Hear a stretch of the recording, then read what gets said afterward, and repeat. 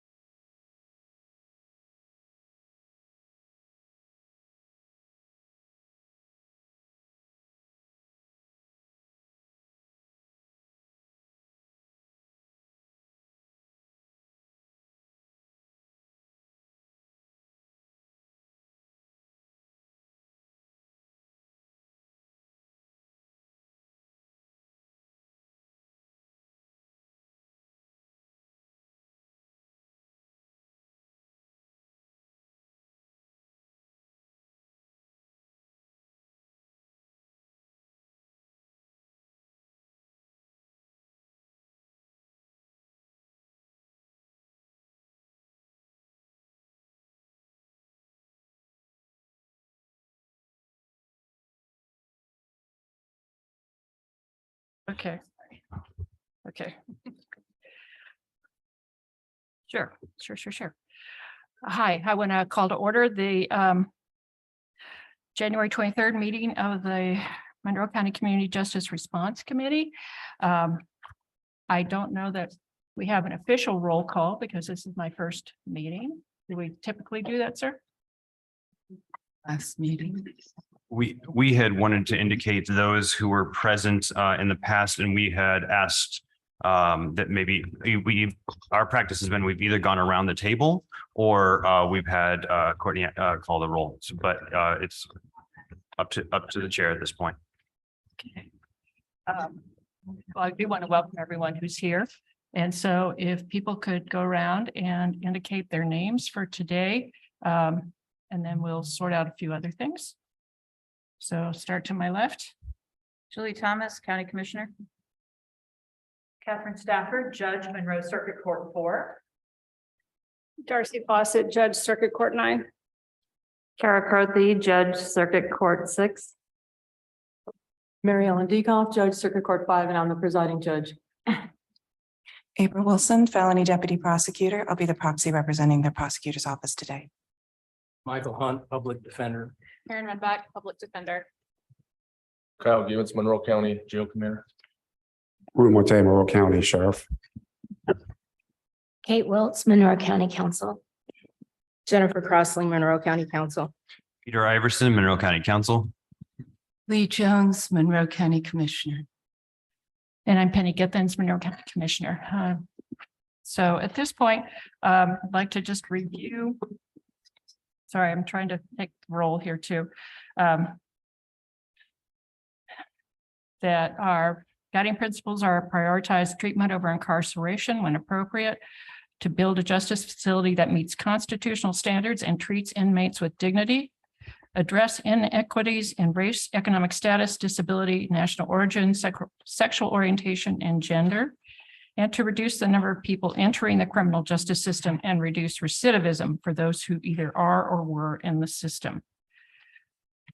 So at last Wednesday's commissioner meeting, we revised our ordinance to indicate that we would like to have a smaller group to be working with. We would like to have consistent members in terms of who represents a given office.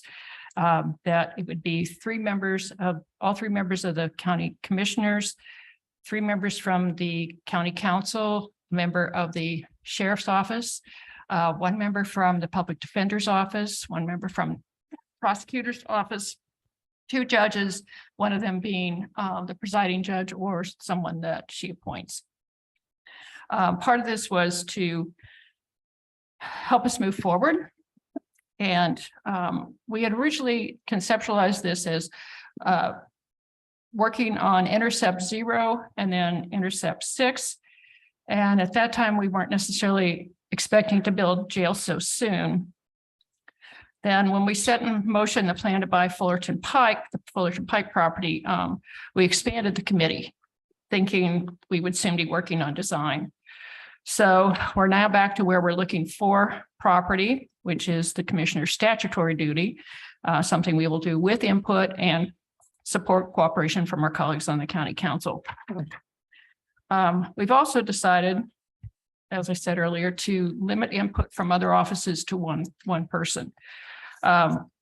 We felt that we're just trying to even out the voices, basically.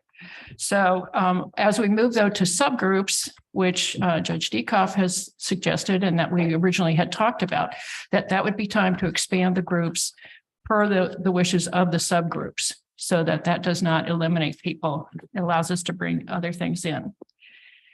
In my mind, there are 3 things that we're asked to consider: the jail facility itself, what our philosophy is toward community corrections, which, as we said in the guiding principles, is to prevent contact with the criminal justice system and treatment, programming in our jail, how we transition detainees out of the jail. And finally, the separate thing is the judicial processes. Different people's expertise will be needed at different times as we move through this. So I would like to go to Judge Dekoff's suggestion, which is that we return to the original direction and focus on that intercept zero and break into the subgroups that we need to look at what parts each of us play. So I'm not sure how the group wants to move forward with that. We can talk about that as we move through the agenda. Judge Deacon. If I can expand on that, the reason that my suggestion was to go back into subgroups is because it's been apparent in watching the meetings that there are quite a few people interested in the process and at different various parts of the process and the way that the process works.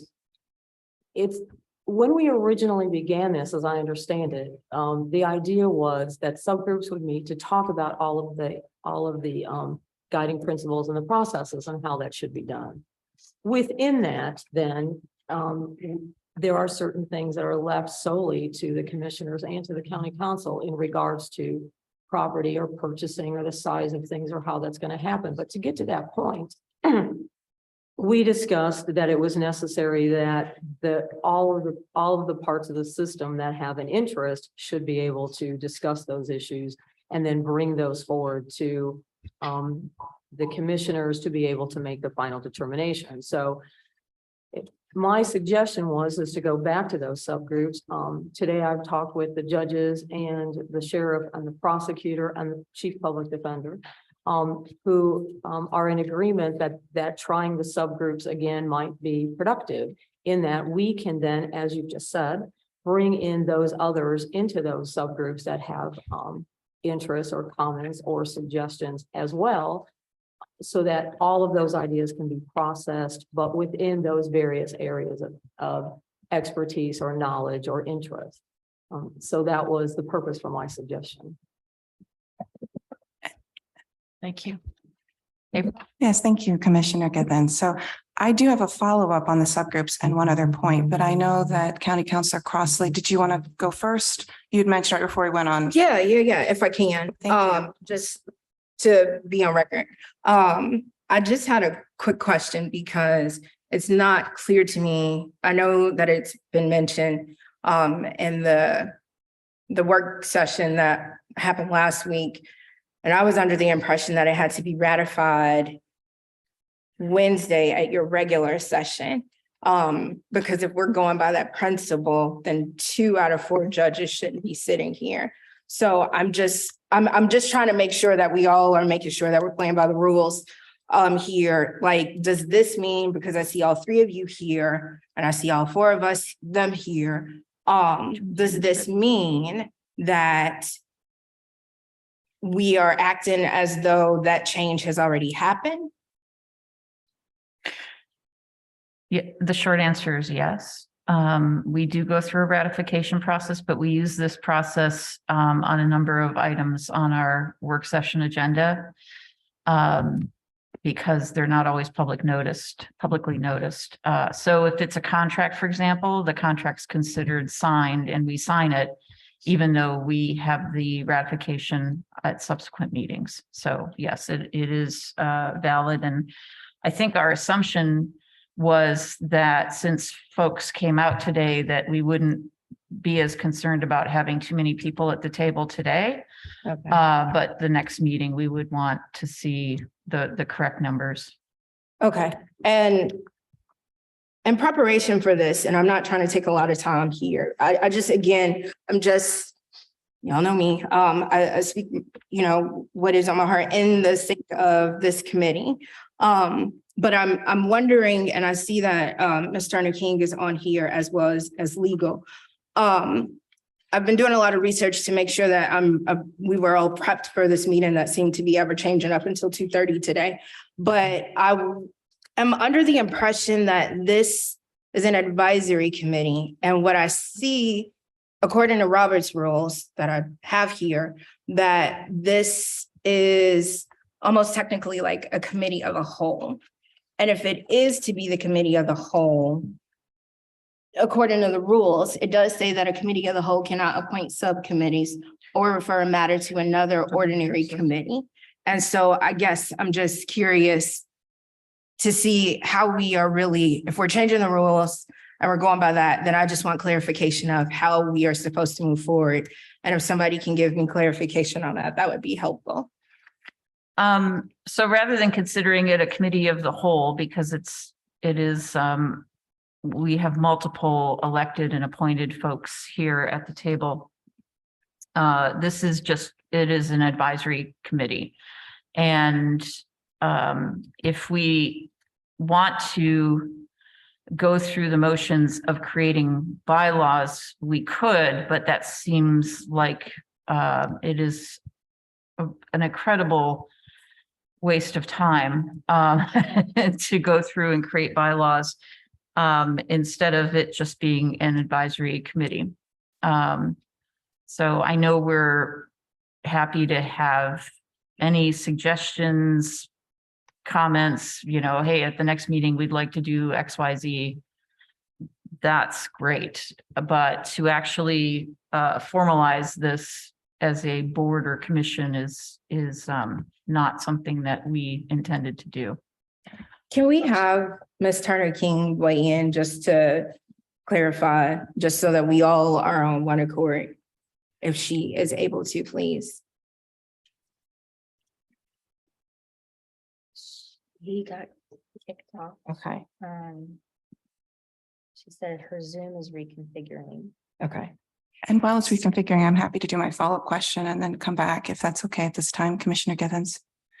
So I'm glad we're talking about the rules. Actually, going back to our guiding principles, there's a line at the beginning that I think was left out. So I just wanted to make sure we included it. Recognizing our commitment to public safety, we will work collaboratively and transparently too. And then it was the following. I bring that up because when I hear collaboration, I hear inclusion. And inclusion and transparency are imperative for us to be successful as a committee, as well as a community. And it's difficult when recent actions feel in conflict with those goals.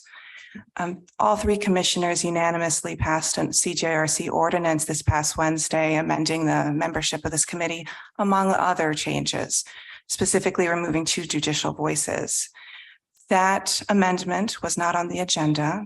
It wasn't included in the work session packet, and it wasn't read out loud during the meeting. Those actions don't feel transparent, and that's difficult. In addition to removing those 2 judicial voices, we also received an email on Thursday letting us know that today's meeting was canceled with the sole cited reason is that the presiding judge's presence was imperative. We didn't have any additional information to help us narrow down what singular topic was so important that we had to stop all further discussion, because I know there's a myriad of issues we're trying to address, that it would require one person's attendance and the cessation of any further community or collaborative approach on this committee. That action doesn't feel very inclusive. And I'm hoping as we move forward, which it sounds like you're sharing, you'd like to move forward in a more effective way, which I appreciate and respect, if that we could try to work towards matching our actions with our guiding principles, which is being transparent and inclusive. And that's, I think, where we're kind of struggling at this moment. There's a couple of things that would be helpful. For example, today's amended agenda, we didn't get at 2:30. If we could get that in advance and have an option of being able to add things onto the agenda, that would be very helpful. It would also be helpful that some documents that have been referenced in this committee, if we could all get equal access to those documents, it's really difficult for us to effectively advise and make recommendations without equal access to information. So I'm hoping moving forward, that is something that you're looking towards. For example, the RFQs, which are on our agenda, I still haven't received a copy, and I know everyone's been busy, but it'd be helpful if we all had access.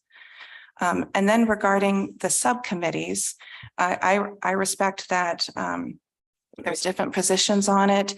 In light of our guiding principles, though, about transparency and collaboration, I am a little concerned that it's difficult to get information in this singular meeting, that maybe we're just recreating information silos that will cause it to be more difficult for the public to be present at multiple subcommittee meetings and for us to be able to fully engage in the process with transparency, collaboration, and equal access for every member of this committee and every member of this community whose decisions will be affected by what occurs here. Thank you. We will try to. Last week was rather crazy between Wednesday and getting everything done. And I appreciate that. One other good example is when the trip to Arizona, for example, if we would have known in advance, we could have set questions. So that's another example. If there's any future jail visits, it'd be helpful to the whole committee to know that, so we can give you good questions to hopefully be as helpful as we can. We'll be sharing information about our trip today. So was there anything from Ms. Turner King? I don't think so, but I'll reserve my comments till later. Hi, committee. Can you hear me? Yes, ma'am. Sorry, my Zoom decided to reconfigure and I completely lost connection for 10 minutes. And so I'm not exactly sure what the question on the table for me was. Okay, I'll just reiterate, I was under the impression that since this is an advisory committee, that this is almost as if it's like a committee of the whole. And I was looking at Robert's rules and was just trying to figure out if we are operating under this assumption of a committee of the whole. So I wondered if you could give some context to that. So I consulted the other attorneys in county legal regarding whether the Robert's rules of procedure of order apply or govern the CJRC, and the collective opinion was that unless specifically adopted, that Robert's rules would not govern. So I don't think that there's any mention of Robert's rules in the Uniform Board and Commission Code under Chapter 216. So I'm not sure that Robert's rules apply. So as a clarification, if we were to adopt it now, could this committee vote on using Robert's rules of order going forward? I would have to look into that because I'm not sure if it would be the committee that would be able to adopt the governance of Robert's rules, or if it would be the authority who created the committee. Okay. Then we would need a whole set of bylaws as well. I'm So sorry. Then we would also need a whole set of bylaws. Okay. That's totally fine. So I'd like to move on in the agenda at this point then. There are no survey updates to report. Oh, I'm sorry. We started, if we could talk about the minutes from last time. Isn't that right, Mr. Iverson?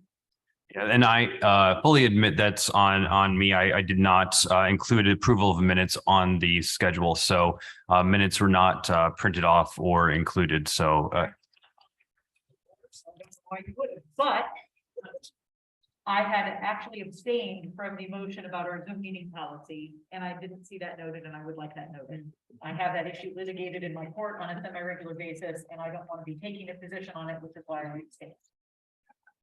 And just for clarification, minutes from these meetings are included on the CJRC website, which you can go to the co.monroe.in.us, and under the Commissioners tab, you can see this committee's link, and those minutes are there. So duly noted, and that change will appear. Thank you very much. You're welcome. For the survey updates, I know that the Health Department is continuing to conduct theirs, and we hope to have things from the sheriff and the others soon. So we'll work with you on that. I know that you're busy with it.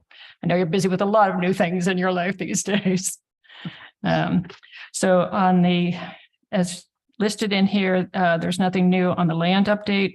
There's nothing, we'll get information on the RFQs at a future meeting, hopefully soon. And I'll make a note that Ms. Purdy has alerted us to the fact that RFQ responses are not public record. So That's why we will give Yeah. updates. Yes. so we're going to have the committee come in.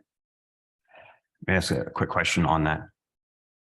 The three companies that were that submitted an RFQ, it had been talked about previously that they would have an opportunity to come to this body and present.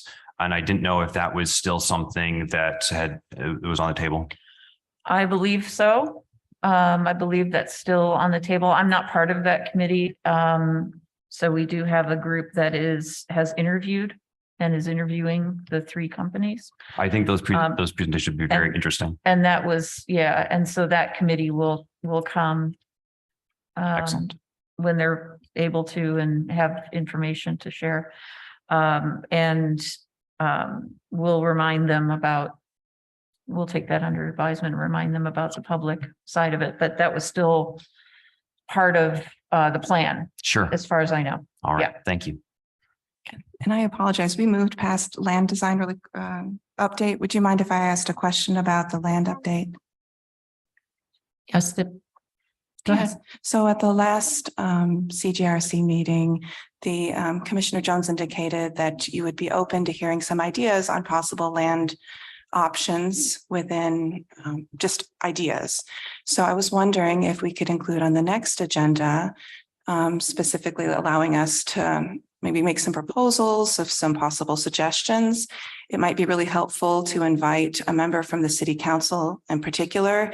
I think their expertise specifically in dealing with land in the city and some of our creative options to our solution would be pretty imperative.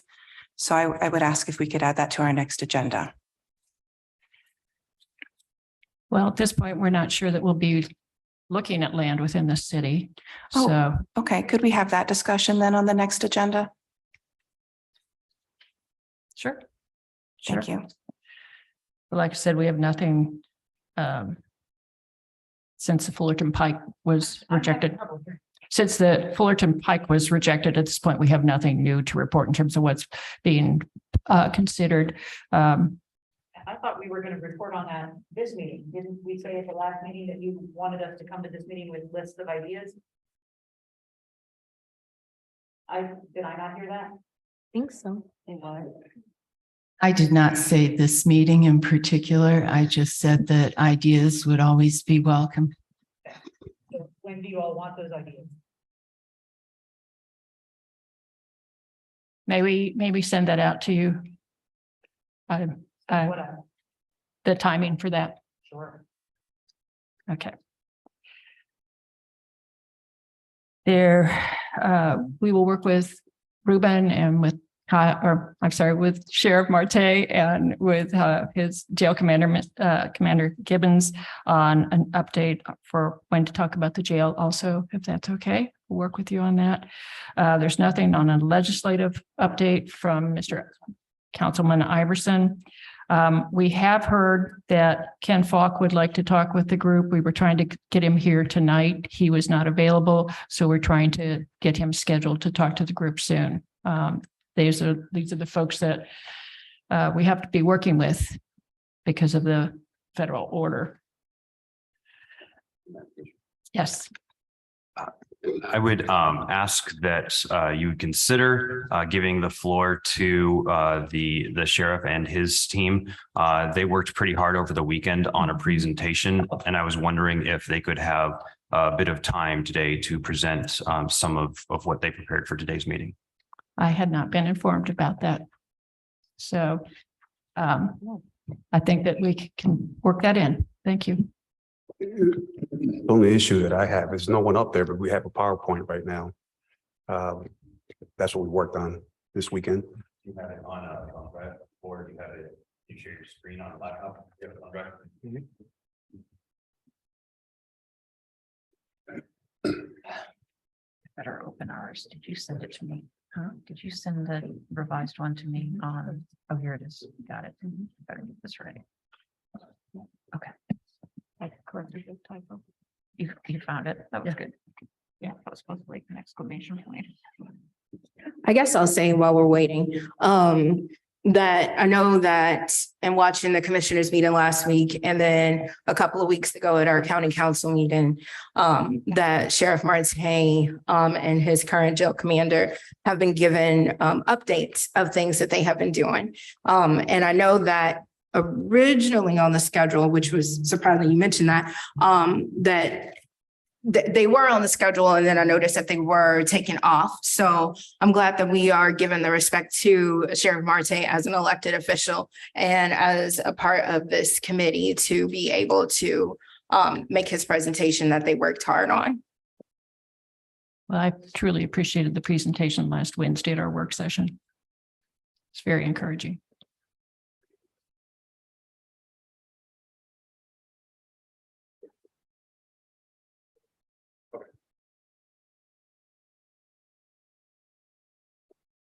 Is this going to be possible? TSD has the presentation. They're loading it as we speak. And Excellent. if the technology gremlins have stayed away today, we should be in good shape. I believe Judge Peacock has a time limit that she has in the class tonight. Are there other things that you want to have a question for her while she's here? I would like to go ahead and set up a different day and time to be meeting with this group because we do want Judge Dekoff present. And that's part of the reason that last week that initial cancellation went out. I guess my first question is, because I'm not clear, is to, at this moment in time, which judicial officers are on this committee? Because I'm a little confused, I have to be honest.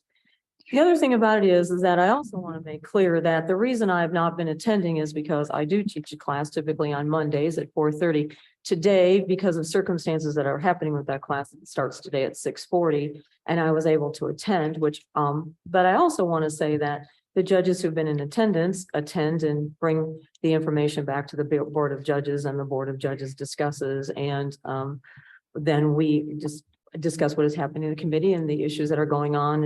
And if there is a judicial BOJ response to be made, then we vote on making it. I was at it.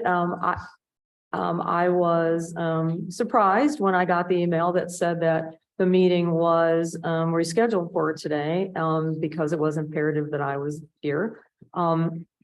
Quite honestly, there were judges here, and I don't really consider myself all that important enough to be singled out. But I took it in the spirit of the prosecutor and the public defender and the sheriff and the presiding judge.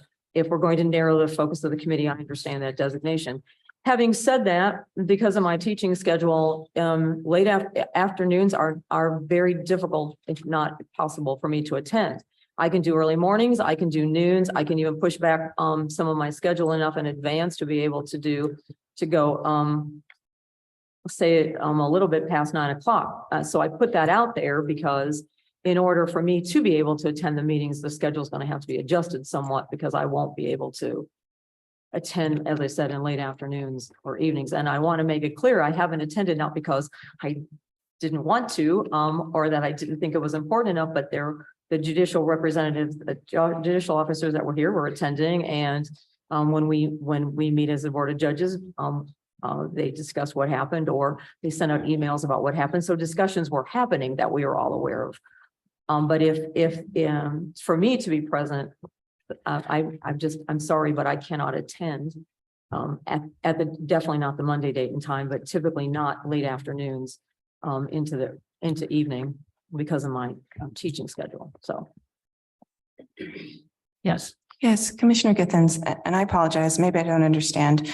Are you asking to reschedule one singular meeting? Or are you asking that the 13 members who've been 14, who've been on this committee for the past 6 months at this time, that we're going to find a new date for all 14 of us, or 13, whichever ordinance we're applying at the time? Are we talking long-term? Yes. And can you help me understand why? We feel it's important because of her experience that Judge Dekoff be part of this. And we have also said that it can be one of her designees. If it's better for me to try to do this via a doodle poll rather than doing it tonight, I'm happy to get that out tomorrow. But I would like to know then which judges are going to be representing the judicial branch. I'm sorry, I think. I just wanted to add for consideration, if it's a doodle poll or whenever the decision is being made, that we take into consideration both our collective schedules and the opportunity for public to participate, which is difficult in the middle of a workday. I mean, that can be debated, but I just Right. wanted to throw that out there to remind us. Sure. And I'm so sorry. And I'm sorry, I still don't have an answer, I think, to my original question, which is, what was the information that you all needed from Judge Decock at today's meeting that meant that we had to cancel it if she couldn't be here? I just wanted to make sure we cover that before she leaves.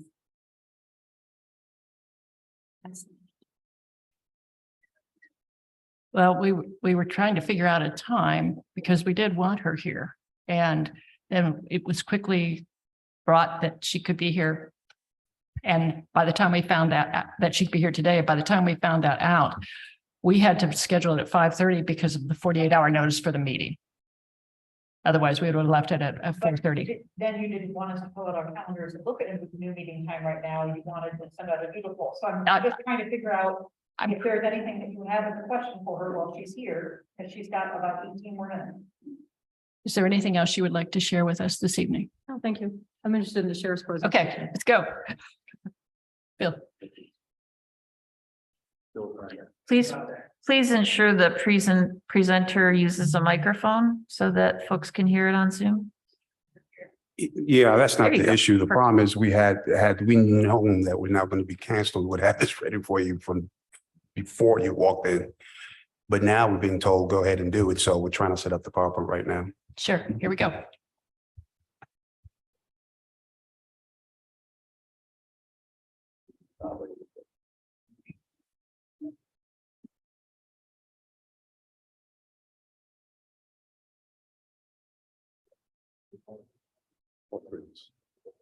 Make sure.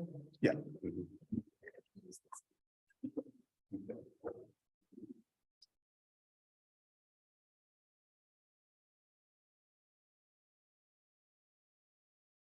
We took Saturday and Sunday preparing for this, so we have everything locked in the way that we rehearsed it, and I had to Yeah. change it because it will. I apologize. Throw us There off. was, again, we will get the communication lines sorted out here.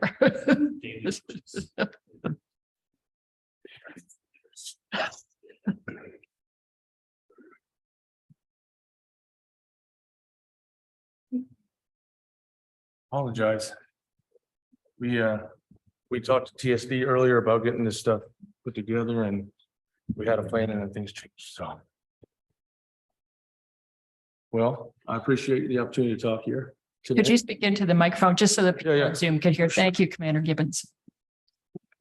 I'm on a corner. I don't have a lot of people. Thank you. What we're trying to do today is just give the committee and anybody watching it a general idea as to what we've come into, what we're dealing with and moving forward. And something I think is integral into a jail building, things to consider and things to work through until we get to that position. With Sheriff Marte, he specifically ran his campaign on being transparent, being accountable, acknowledges the challenges the community are facing and discussing them with residents. And we're really just trying to gain public trust. And to do that, you've got to be completely transparent, which this committee has said various times that is what we're really building everything on. So we wanted to take the opportunity to have that conversation and to be open about it and find a way to deal with the current while working for the future.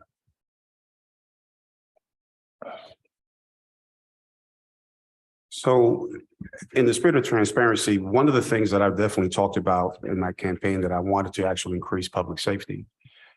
But in order to do so, I have to also take consideration of what's going on in the current jail at the present time, as this committee is preparing to select where you're going to put them to jail, if you do that, or when. We have to be able to take care of the situation that we're facing at the present time, which to me is very crucial. So cleaning the jail is paramount to have a clean environment. I mean, it's just what it is in that arena. To show compassion to the people in there right now has to start with the environment that they live in right now at the present time. to me, it's human dignity or human respect to not allow people to live the way they're living right now. And we'll get into that a little deeper here and show you some pictures so you can see exactly what we're looking at. The only thing that's going to be lacking in what we're about to show you is visual aid, but what's going to be lacking is the smell and the sound. That's crucial. So we try to bring the jail to you, but again, the lacking part will be the smell and the sounds of that jail.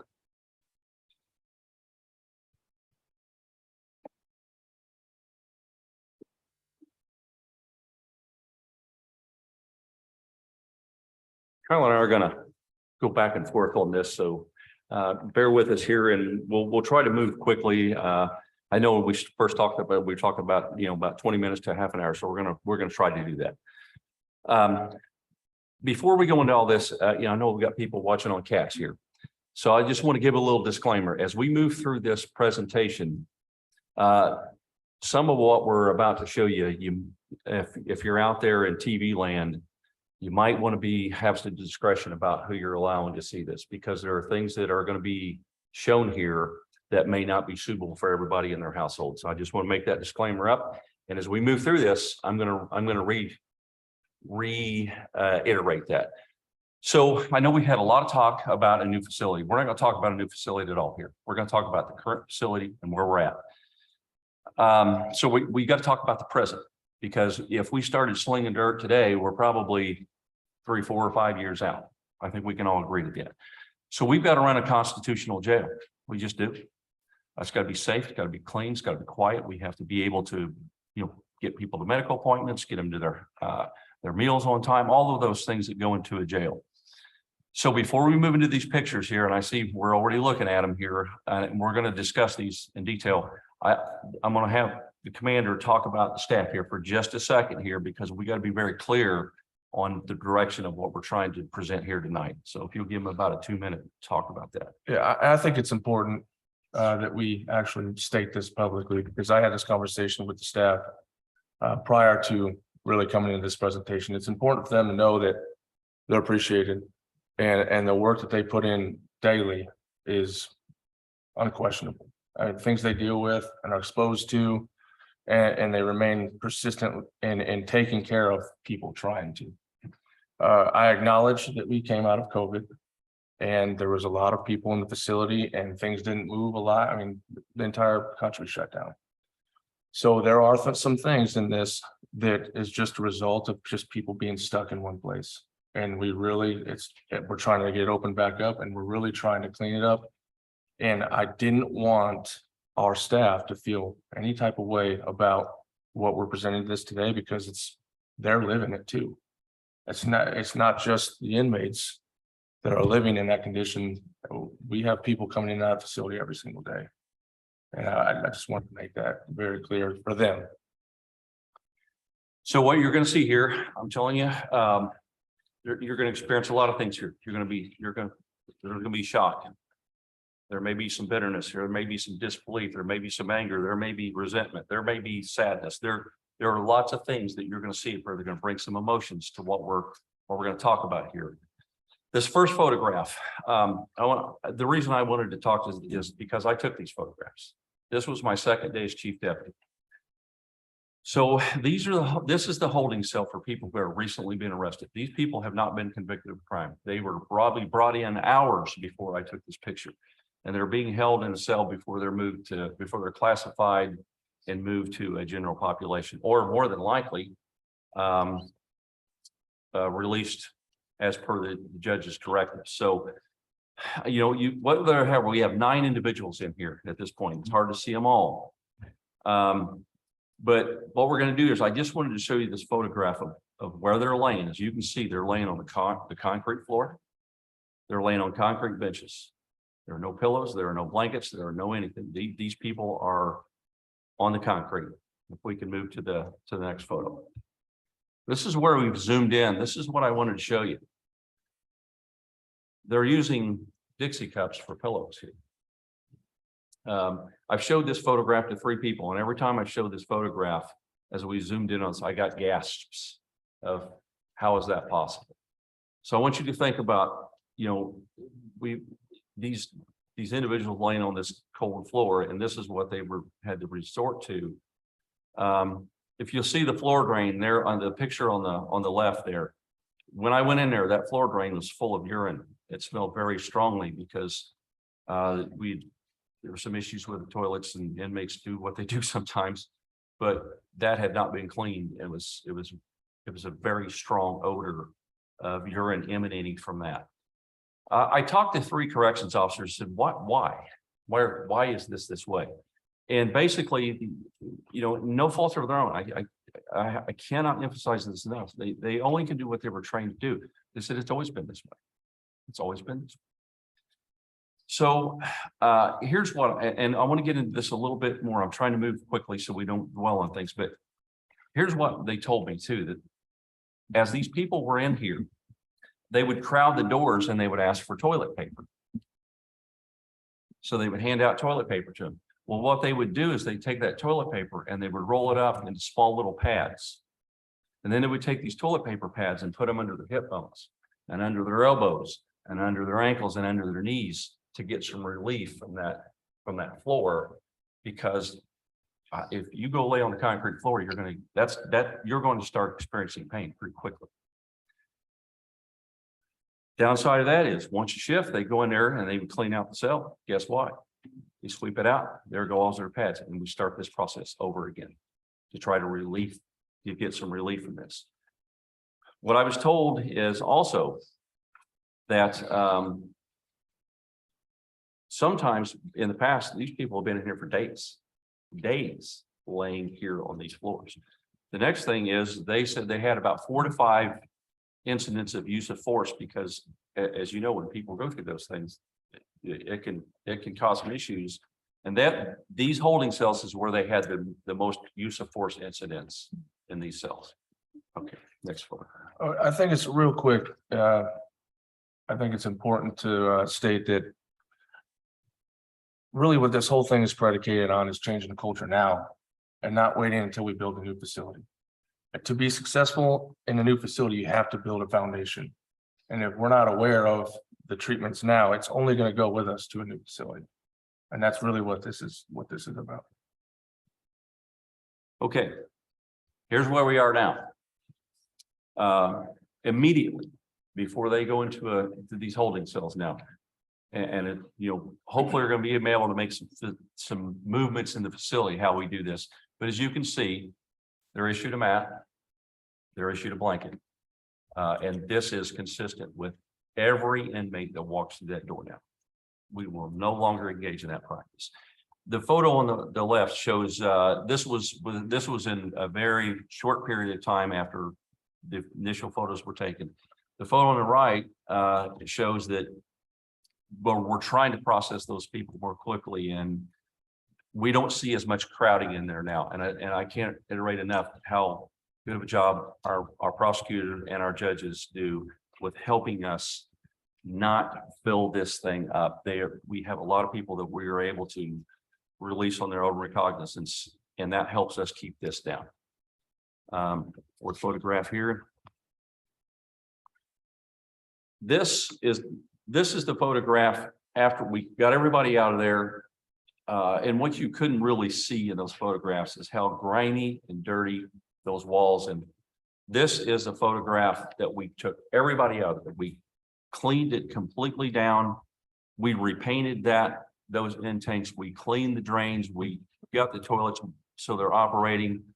And this is now the condition of that. And what I would like to point out to you, does anybody have any idea how long it took us to do that? To clean that whole cell, paint it, and get it looking. Power washed it down. 1 hour. It took 1 hour to transform that cell from what you saw to what you see now.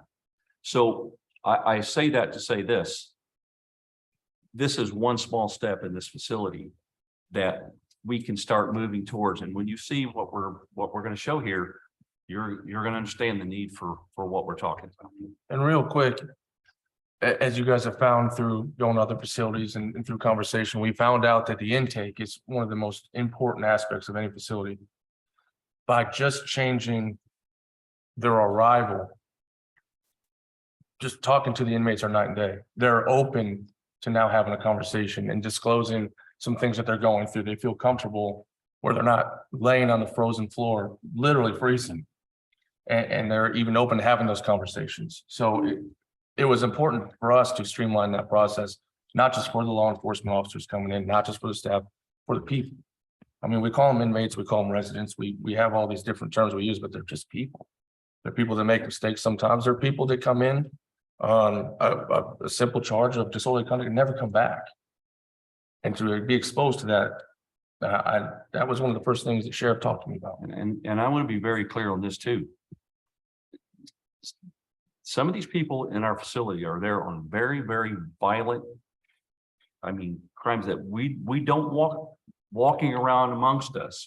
We have to acknowledge that part, whether we agree how we do it or whatever, but there are some very violent people in this facility. But again, they're still people.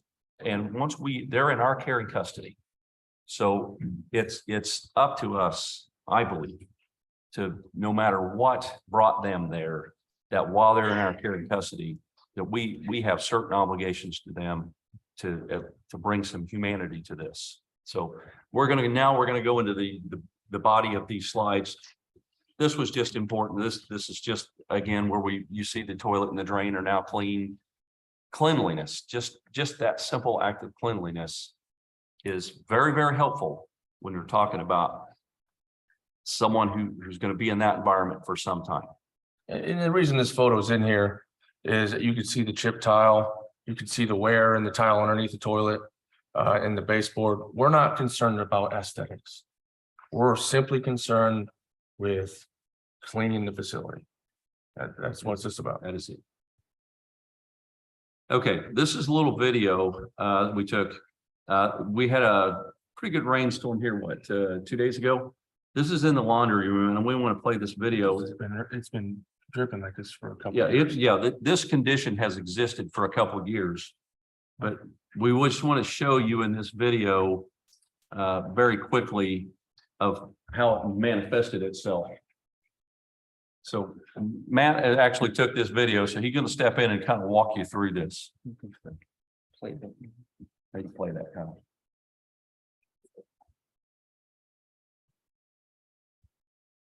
Go ahead.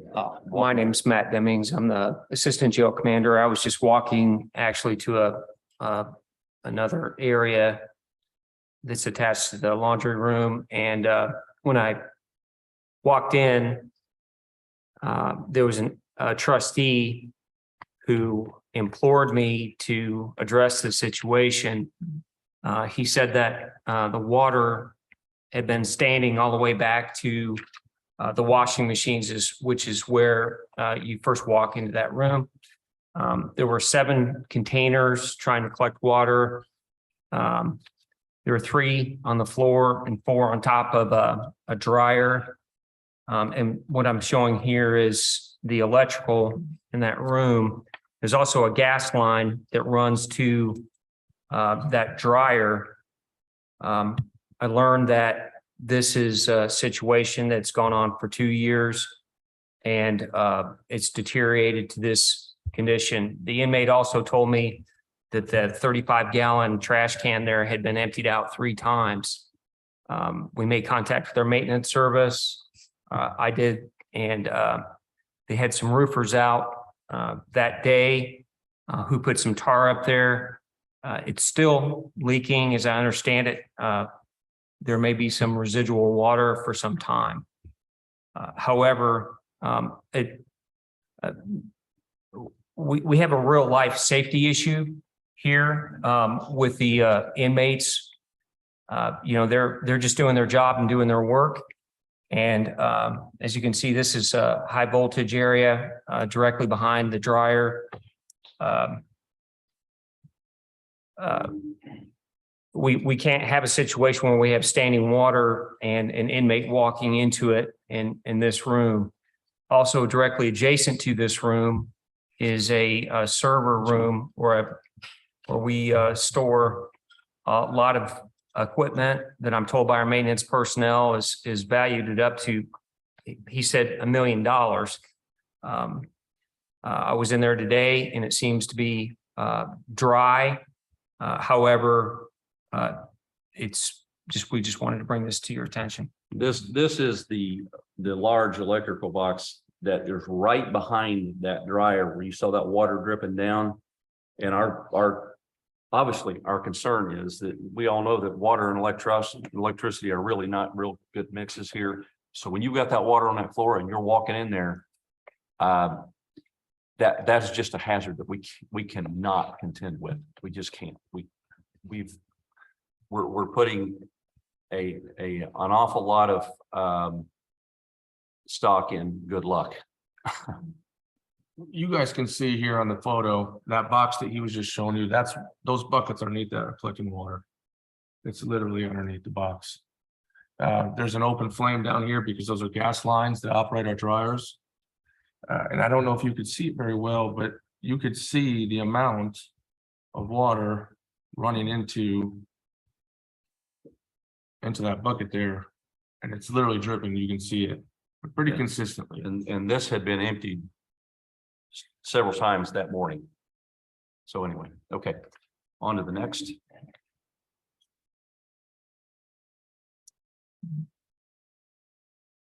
This photo here, this is the main hallway. And I can tell you, Kyle and I both have experienced this. I'm going to draw your attention to the photo in the right there. It's kind of difficult to see, but you see this little area here of this black thing hanging down. What that is, that's an area underneath of the shower and toilet facility in the inmate worker dorm.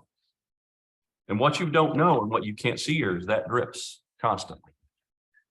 And if you're walking down that hallway and you don't know what you're doing, as I didn't on my first day, and Kyle didn't on his first day, and I got a nice big drop of that in my hair, and Kyle doesn't even have hair, so he got a nice drop on it that went down the back of his shirt. So that liquid is leaking out of there, and this black stuff has accumulated, and it looks like a little stalactite hanging there. But that is dripped into the floor, and there's little puddles on the floor. As you can see there at the bottom, right outside of Matt's shoe there, those are constantly full of this liquid that comes out of the shower and toilet area of the inmate worker dorm.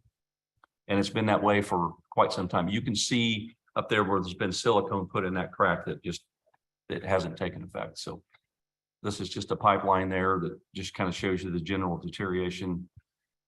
This window here, what that is, this is a vent. On the outside, you have the window. Inside, this is inside the jail cell.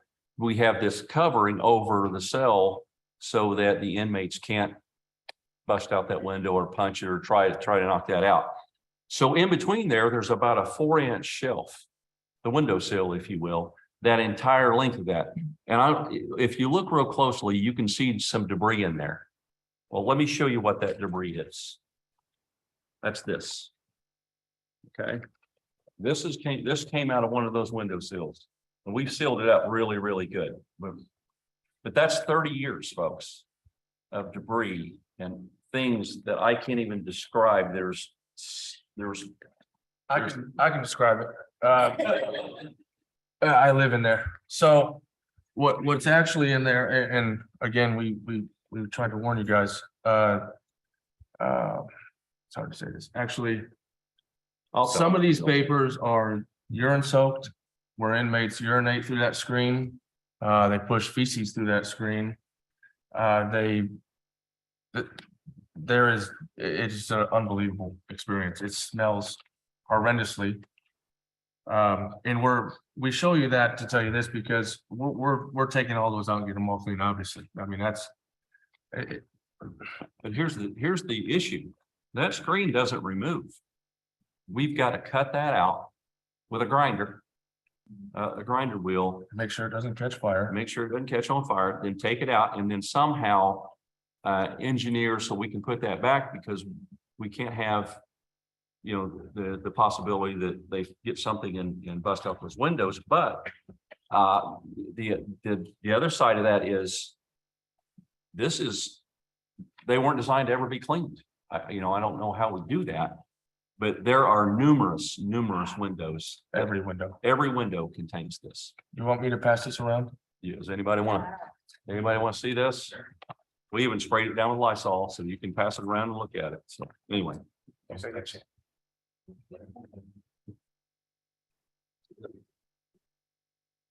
It's secure. It won't open. Yeah, it's secure. We promised we wouldn't bring that in here. We, But I will tell you this. You see how squeamish we are about it? This is where people are living. This is, if we don't do that to ourselves, why do we do it to them?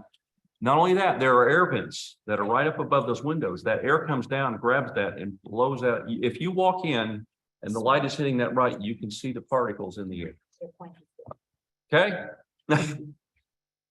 All right, this is the air handling system. Kyle, you want to handle this? You know more about well, this than me. and some of this is, as most of you know, the first, second, and third floor share ventilation in that building. The fourth and fifth floor are independent, but anything that happens on our first floor in that facility is going up into the courts, is going up into other offices. And we're all sharing that same air. And I can tell you, I'm new here, obviously. But every time I leave on a Friday, it takes Saturday and some of Sunday before I can start breathing again. And I'm stuffed up today if you can't hear it. Because I've just been in there today. It's incredibly difficult. So again, here's some more photos of the ventilation. The one on the left, inmates block, because it gets cold. And what happens is if we don't have staff constantly staying on that, it diverts air to different places, makes some places hotter, makes some places colder. So anything that you guys have experienced in the courts with hot or cold, that's part of it. So we've gone through and had to clean a bunch of that up. Again, that picture on the left is where inmates have blocked the intake and the cold air coming in, or the air coming in. Again, picture on the right is just maintenance, lack of maintenance. These are some of the walls in the blocks in the day rooms. I wish I could tell you what that is. It may be chili, it may be coffee. We don't know what that is, but what I will tell you, I don't know what it is, but I know what it can't come off. We can't get it off. If you see in this first photo, the photo on the bottom left, you'll see some that's lighter. That's where we've tried to scrub it off the walls, and it will not come off. It's stained and embedded into the concrete block. The most frequent question that our corrections officers get asked is, what time is it? And this is why. There's not a clock in there that works. And I just want you to put yourself in, you're in a place where you don't know if it's daytime or nighttime. You have families. I want to, is now a good time for my wife to call, my brother to call, my mother to call? So we allow them to lose all sense of what's going on in the outside world if we don't even have an operating clock for them. This is a table that, from what I understand, was that way for about 8 years. If you can see that seat, it's very dangerous. It was so dangerous that we removed that whole apparatus. It's a very sharp edge on that one seat. We're trying to move quickly here. This is a shower and a drain. Why would a plunger be in the shower? The reason that plunger is in the shower is when the inmates shower there, the drain is so slow that they have to constantly plunge the drain so that the water doesn't build up and spill over and cross the threshold. So they have to keep that plunger there, and they will. They'll while they're showering, they're also plunging to keep the shower. If the other drain over there is kind of hard to see, you can see it up there. Those have to be taken out to be cleaned. So you'll see drains like that throughout the shower or throughout the facility that just haven't been cleaned in a long, long time, and they will not drain. Just some more pictures of the shower. If you look there on the left, you'll see where the protective part of the shower is separated from the wall. Water gets behind that, and it gets, you'll see it's real black and pretty smelly too. And this is where we had issues with the water coming down into the courts in the past. They've tried to everything they can to fix it. Some of this is beyond repair, which is why we're talking about a new facility, but some of it you gotta at least bandage. Or I'd say it'll continue to go down into the courtrooms. Just more of the showers and, I just, again, I would ask you, put yourself in there. It's just not pleasant. These are the ceilings up in the shower. You can see the vents and all this is just deteriorated to the state where it's just about to rust through. That's mold up in the corners of some of these cells. We try to remove that as best we can, but it's prevalent. Well, and to remove mold, as some of you might know, you have to scrape it and then clean it and then paint it with a sealant and then actually paint it. Or else it will come back and we all know the effects of mold, especially in a confined area. Anybody care to guess what's coming out of that vent? If you can, let me know, because we don't know what that is, but it's about 4 feet, goes all the way down the wall. We have no idea what that is, but we've tried to work on it, clean it up, so. This is the typical cell here up on the top left. Just obviously things that we've got to clean up. The commode facility down on the right, you'll see that pretty often. The one I really want to bring your attention to is the one on the lower left. That is what we call a bean hole. And that is what every inmate up to this point receives their meal through. So you take your food, you pull that bean hole down and you serve their meal through that door. And over the years, without cleaning, without maintenance, they have become so, I don't know what the word is, but so grimy and sticky and just covered with food that's been spilled and drink that's been filled. And we really got to make a concerted effort to sanitize that. Also, and I know some of these photos are alarming. These were one of me coming in. Myself, the sheriff, the chief deputy, and the assistant jail commander walked through every single cell of the facility. We brought a crime scene photographer with us to take these photos. Cells and the things that we could change, we burned through our budget trying to just get things livable. So I know that some of you are alarmed when you see this. It doesn't look, there's not just trash all about. We've done as much as we can. So all this stuff has been removed. That trash no longer exists. Just wanted to give you an idea what it was day one.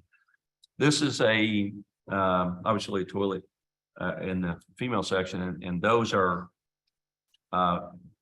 feminine pads that this inmate had put on there that has been there for so long because she was trying to sanitize her restroom area, and they've deteriorated to that condition. This one here, I would be very careful. You've reminded me I said too much on this one. This is in the inmate workers dorm. There are about 20 to 24 inmate workers. So there's, as you can see, there's 2 toilet facilities. The one had this one toilet we know has been down for at least a year. So we have 20 individuals now. One toilet, which is way out of the jail standards. It's 1 per 12. But we've got this toilet fixed. But when we took that bag off, I can tell you it wasn't clear water. It had been used and left for about a year. And when that bag came off, everybody cleared the room. But what I would tell you, there were individuals that have been living in there dealing with that odor for some time. I'm not going to say too much. This is, I wanted to put these, it's really hard to show this in a picture, but let's go to that lower left. That is grime and buildup that has built up over years and years and years. And I made the mistake when I first saw that of just putting my foot down there and rubbing through it. And it's a very crusty, crunchy substance that is developed where it's been wet, it's dried, it's been wet, it's been dried, it's been dust. It's all been pushed to the sides. And that is in every hallway, every cell, every entryway, every stairway. This surrounds every wall, everywhere there's a wall that exists. Now, we've done a lot of work to try to get a lot of it up, but we are still way behind the curve on that, way behind. And we actually went to Clark County and asked to use some of their equipment. Because it's very expensive. So we're trying to get the tools that we need to remediate some of these issues without spending an extensive amount of money.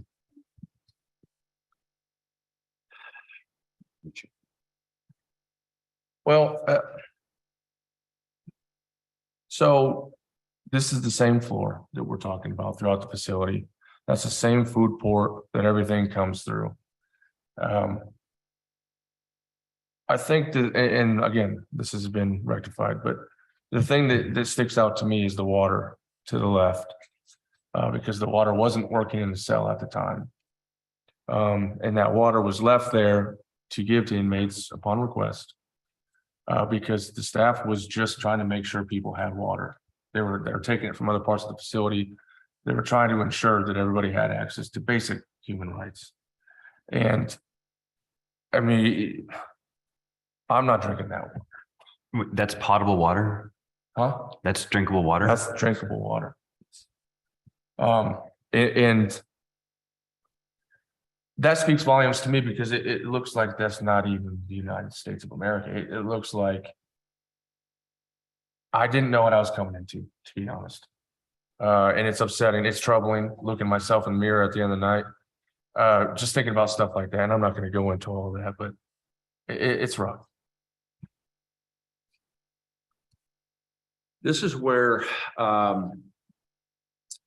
sometime back inmates had, from what I understand, and please give us a little latitude. A lot of this is stuff that we're asking questions about and what we've been told.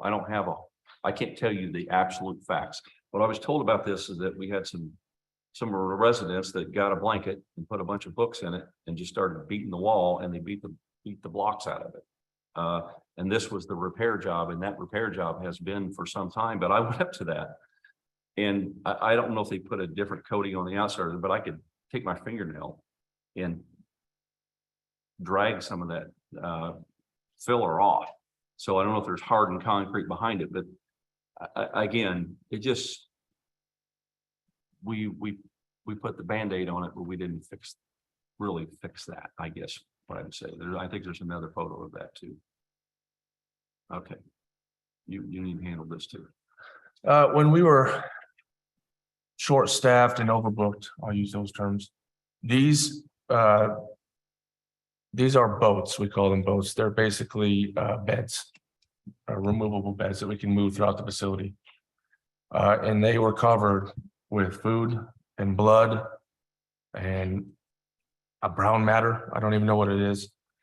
We purchased a power washer and we cleaned them all up.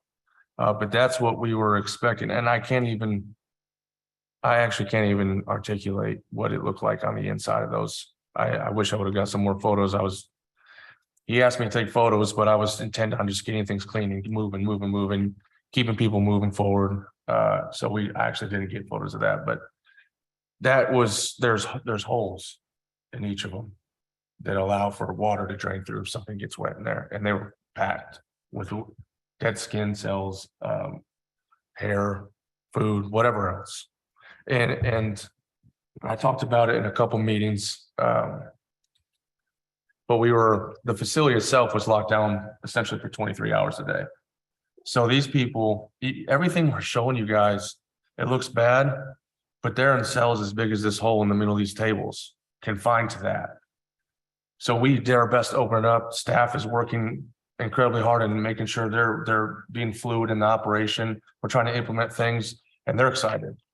Staff is extremely excited about moving forward. And I want to take you back to the one photo where you saw all the trash on the floor. That cell is like you said, about the size of this. And these individuals were confined to that cell anywhere from 22 to 23 hours per day, every day. That was their life. That's where they lived. Okay, I'm gonna move this disclaimer again because it's about to get real. If you think what you've seen so far is shocking. So if you're out there on cats, I want to, I can't tell you enough. Please use discretion on who's going to be viewing about what we're to put up here. Okay, this is one of our corrections officers, and yes, you can't see this, but he's scrubbing the wall with a toilet brush. And what he's trying to do is remove graffiti and other items from the wall. And that's the only tool he had at his disposal. It was a toilet brush. I put this in here for many reasons. One, to show you that we're trying to keep this stuff off the walls, but this is how dedicated these guys are. He only had a toilet brush, but he went to work with it. And you're going to see why he was going to work here in just a second. Well, and also it's important to notice, and we've only had a few slides on, I know this is taking a little bit. You see his eyes are squinted. It's because if you've ever tried to clean something with a toilet brush that's not a toilet down, and you're trying to take that substance and you're moving it across, it splashes on you. And that isn't a clean toilet brush. And those gloves are only what they are. I mean, there's not much more protection. I mean, that's dedication to me. That's somebody, and that's not just him, it's everybody. This personifies what these guys do every day. Okay, this is a door that's on, and believe me, we limited these photos because this is everywhere in this facility.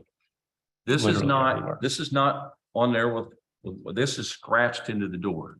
So you can paint that door all day long, 15 coats that's not coming out because it's etched into the door.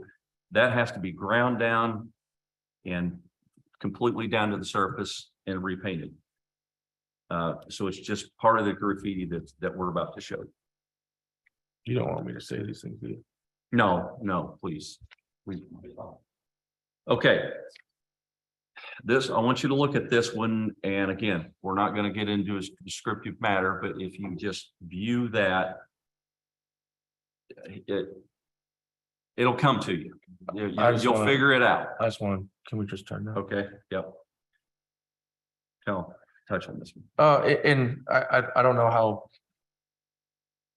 into this culture everyone is, but the anarchy symbol means just that. It's a revolt against conformity.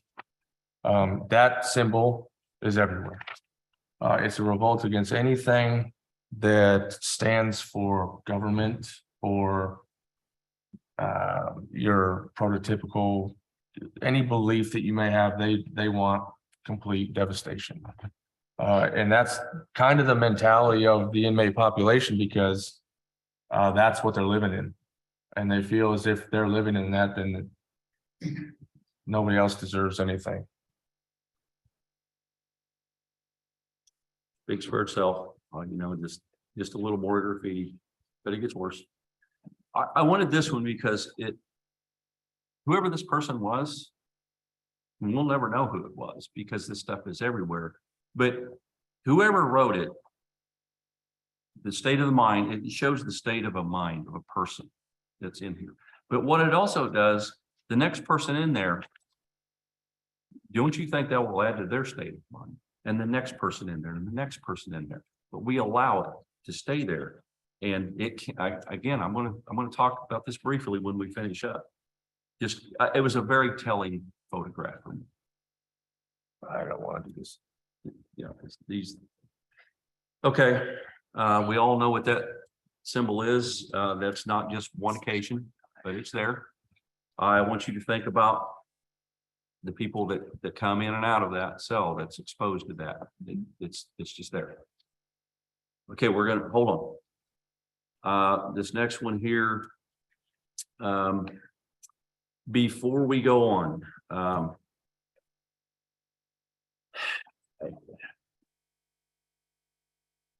here's what I tell you. There's no amount of scrubbing. There's no amount of anything we can do that will remove that, other than going through it, painting it, covering it up. You can't cover up that kind of, you cannot remove that kind of stain. So we're gonna click on this next slide here, And then we're gonna turn this over to the sheriff here. Because we got one more slide and this will finish our presentation. Now, this one here, I want to comment on very briefly. If you see in the middle of that, the anarchy sign appears. So what that is saying is that is an absolute sign of anarchy to any person of color. So what we have here, so we have corrections officers that go in there.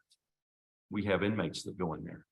We don't know who's going to be signed. We can't, this kind of stuff is in the facility. It just is. So I want you to think about, Barry Greens is a corrections officer of color in our facility. He sees that every day. Sheriff. So as the staff mentioned, we took a tour of that jail and we went to every single cell. And that took quite some time. And I could tell you what was helpful was the tremendous amount of help that the prosecutor's office and the judges do each day by keeping the numbers down in that jail. I couldn't tell you if they did not do that, what we'll be facing right now. One of the instructions that I gave to our team is that we got to move fast. And I have to say, I've been accused of that. And I hope people understand why I'm moving so fast, because when I'm told you're moving too fast, I take an issue to that. I truly do. Because when I see that word, I took it personal. Very personal, because if you see me, I'm a Black male, Latino male. And when I see something like that, that is throughout the jail, I cannot move slow. But I was not given a chance to explain to people why I cannot move slow. That's the reason why. Why I want to be able to paint and clean, that's the reason why. Why I'm taking it personally, that's the reason why. So, I cannot do this by myself. I need support. Simple as that. I need support. Because that verbiage right there, combined with the swastika, combined with anarchy, we have a recipe that could really take off in that jail at any given time.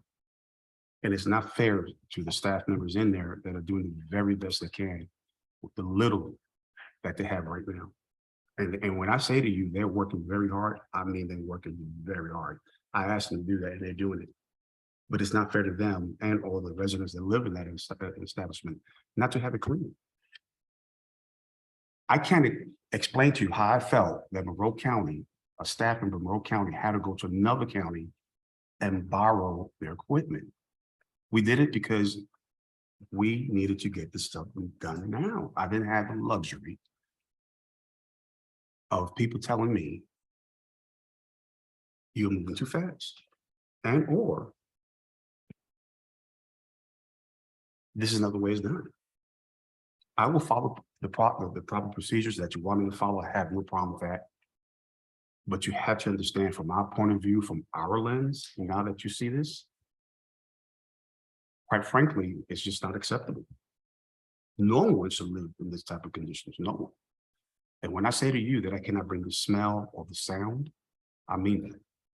One of the things that was very particular to me when we took a tour, because I try to take a tour of that jail every single day I can, because I want the morale of those people in there to be high, because we're asking them to do a lot of things for us. And it's very dangerous, very dangerous. But one of the things that I try to do is really go ahead and put myself in that situation. I could come back and articulate to you and show you why we do what we do. So all I want to do is take care of this issue, what I'm looking at right now that you see right now, which means I am not trying to remodel. I want to really put that to rest this evening. I am not trying to remodel. I'm not trying to fix it. Because when I'm told that the money we could use to fix this could be used at the new jail, we could do both. We have the capability of doing both. If I could ask the staff to really turn this around for us, which is going to take time, I have to have support. I just have to. So at this point, when you hear us hesitating what to say, is because from day one, when we stepped foot into that jail, we knew, and when we saw, just like the jail commander said, we have to look ourselves in the mirror and sleep at night. And I'll be honest with you, I've been having a hard time doing that. based on what the condition, what these people are living in right now and our workers. It's difficult. And I applaud you that we need help. Simple than that, I don't know how to say it. We need your support and help on this. And now that you see this, and I'm repeating myself, the only thing you don't have is the smell and the sound. But that word right there, Bloomington, Monroe County could do better than that. We got to remove that, but we have to paint over that. And if it happens again, we paint over that again. There's one thing that I could tell you as an instructor. When I was with the Indiana State Police, we knew that if a street gang member marked up a street and you didn't remove that, you will have issues. Doesn't mean it changes inside the jail. Just means they're more confined. It's more dangerous. And here's the good news, that once it's removed, once it's cleaned up, once it's painted over, we can hold people accountable for it. Right now, you mark on that wall, who did it?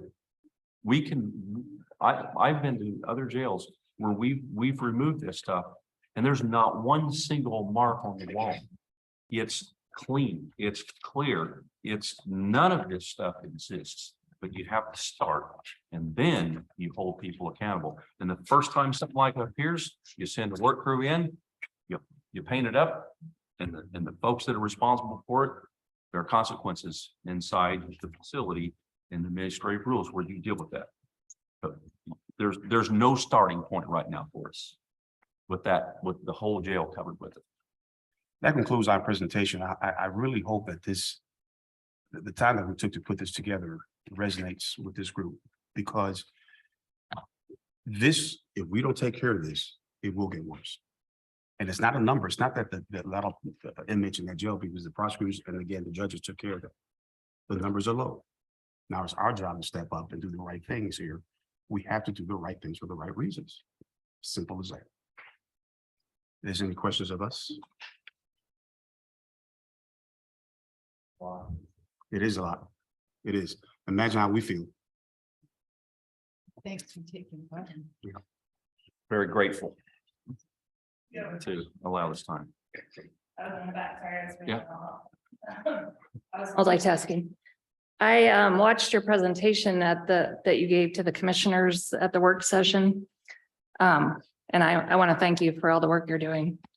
But it sounded to me like you were not allowed to remodel or not allowed to spend any money fixing up the jail, which maybe you're not allowed, you can't answer, but if we're talking about it, not building another jail for 3 to 5 years, how do you see that going? The building is not going to get better, obviously. That is the whole point of this presentation, is that we could do both at the same time. As a committee, we're trying to plan for the future. I'm concerned with the present as we speak right now. As we're in this room, there are presidents in that jail right now. And that's my concern, that we have to make things, improve things quickly. And I'll say it again, because when I heard it the first time, the second time, that you're moving too fast, I'm thinking, wow. So I had to change course and show you why I'm moving fast, why I'm asking the staff to do something that really, how do I say this? It's not fair to them. That we have to move this fast and rectify a problem that took time to get to this level. Also, and you might not know, because I know you're new, but do you know if an environmental study's been done, or if you've asked the commissioners to do one? Because some of the pictures you showed are pretty terrible as far as air quality and that sort of thing, and the electrical and the water and the mold. I agree. I wanted to show this first. Someone used the phrase, press the restart button. And I will hope that in the spirit of teamwork, we could come together and get this done. I just can't see why we couldn't do it, because there's people's lives at stake right now. I think one of the things we're asking is that Could you speak into the mic? Sorry, thank you. As we sit here, there's 70 years of law enforcement experience between the two of us. Unfortunately, I'm the one that got 40, he's got 30.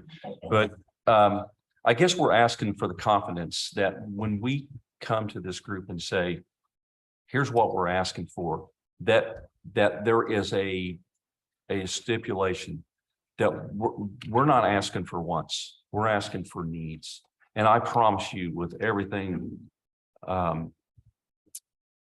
that's within our hearts, that we would never do that. We're not going to ask for some fancy thing to go in there that makes us feel good. We commit to each of you that if we ask you, it's for a need. And as you can see, those needs are great. And so I guess that's what we're asking for, is that nobody knows this, but we do. We see it. We want to verbalize it. Now we all know. So just know that we're concentrating on what we need here in this facility and not what we want. Well, the chief deputy is saying 100% correct. For us to ask another department, another sheriff department for equipment for this jail to clean it up, that says a lot. I hope that says a lot. And I'm gonna push back a little bit. Do I need that removed? Yeah. Do I want that removed? Oh, yes. So here, I need it and I want it removed. Because if we do not, what are we saying? What message are we saying for a person that comes into our system that actually truly needs help and they see that?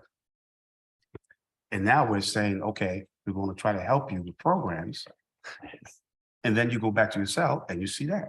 It's almost laughable to say we're gonna put you into this program for anger management or whatever, and then we turn around and shove them right back into that. What are we saying to them? Is this just an exercise that you're going through here? You can't get anybody to heal or start thinking about the future or what I've got out in front of me when this is what they're exposed to every day. That's all that's in their heads. Judge, I could kind of answer your question in terms of previous studies. They have done them. They have cleaned it up. This is a continual maintenance thing. That's mostly what this is. In terms of, and I was on the committee you guys spoke of earlier that talked to the different groups that are coming in, and they spoke of awesome things that I think that would help everybody in this community, not just the inmate population, not just the staff. And these are things we want to implement. But like he said, you can't wait to do the right thing, essentially. And just like what you're getting at, we are on those. We're actually waiting the return of one study we've done. So we're getting ahead of it, but that's just, the process.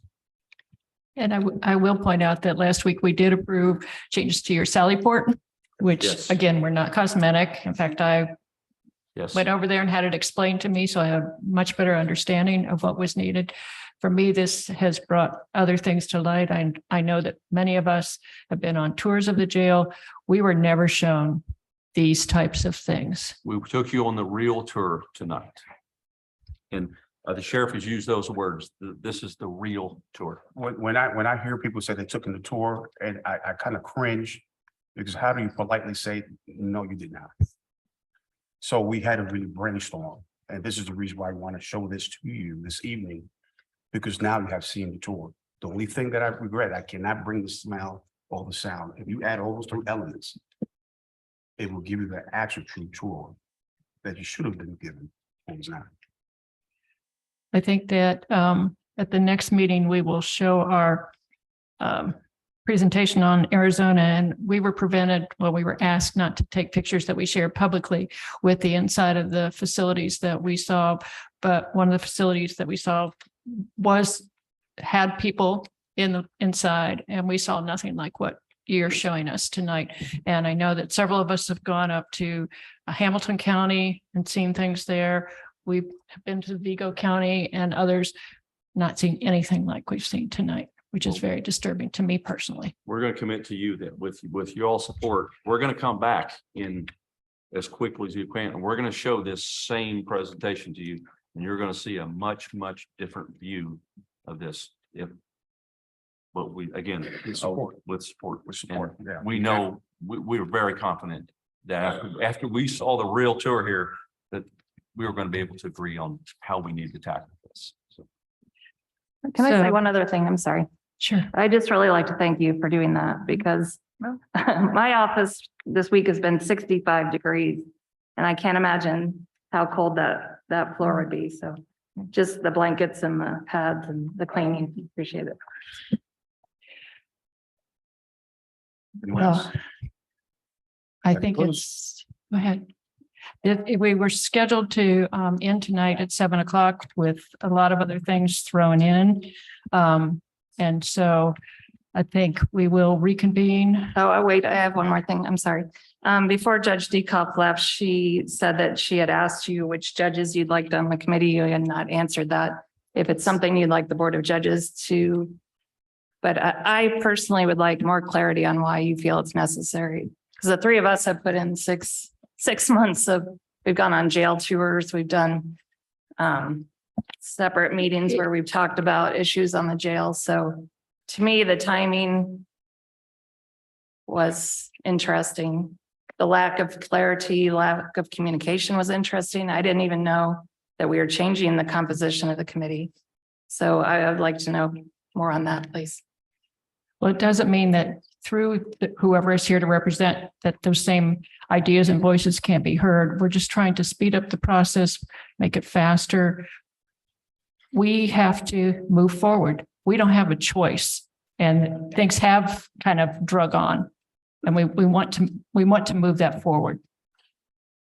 I would like to briefly respond and state that I also want to respect Arlen as the judicial branch and recognize that Judge Dekoff, as our presiding judge under our local rules, is the one who picks the judges who serve on outside committees. So I certainly think she'd be happy to hear what the commissioners prefer in terms of which judges appear on this committee.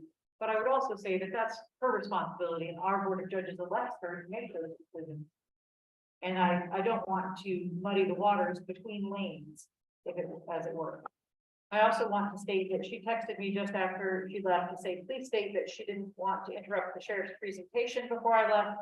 But as April pointed out, I did not ask, nor do I expect the meeting time to be changed because of my schedule. So I wanted to share that with Judge Dekoff as well. Thank you. And I I also attempted to reach out to you, Commissioner Gibbons, about a week and a half ago, see if we could talk, and I did not hear a response. I texted you back. I did not get a text back. I guess also, since we're talking about transparency, at your meeting this week, you said that someone suggested that we change the composition. Can you tell me who that is? It was a general discussion that we were trying to, like I said, make this more efficient. Between us the forward. commissioner, just the commissioners Yes, okay. and others. And others? And I know it's 7 o'clock, but I think there are people here in the audience and I'm sure online on Zoom. So I would ask that I have time to stay and make sure that the public is heard. And so I guess I would move that we extend our meeting time for public comment.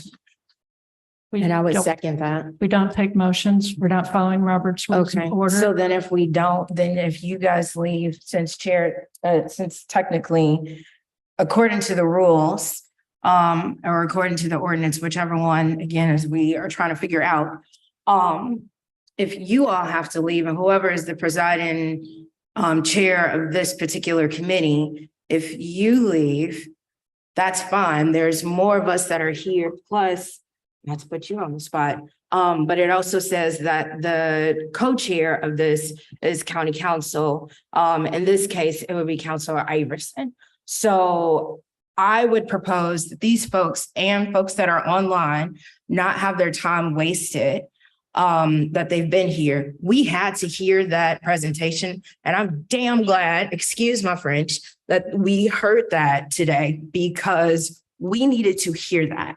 Because at the end of the day, I'm looking at everybody that can go home tonight. I'm looking at all of us that can go home tonight. And I can't get those images out of my head. And I can't get the fact that we have people that are probably here that have been formerly incarcerated, that we also have people that are having families that have gone through this, that are probably still in there. Only imagining, and not just inmates and families alone, but our staff that are in there and breathing this and seeing how we are one step away from a big cluster suck. So what I am asking, more so what I am demanding at this moment and at this time, is to have folks that are here to say what they have to say, and anybody else that is majority, that is not a majority, can go ahead about their evening. Just as much as I want to go home and I have another meeting to go to and family to go to, I think it is my obligation and duty and privilege as an elected official, as some of us as well, to hear from our public. It is something that we need to hear. It is something that we've done this entire time.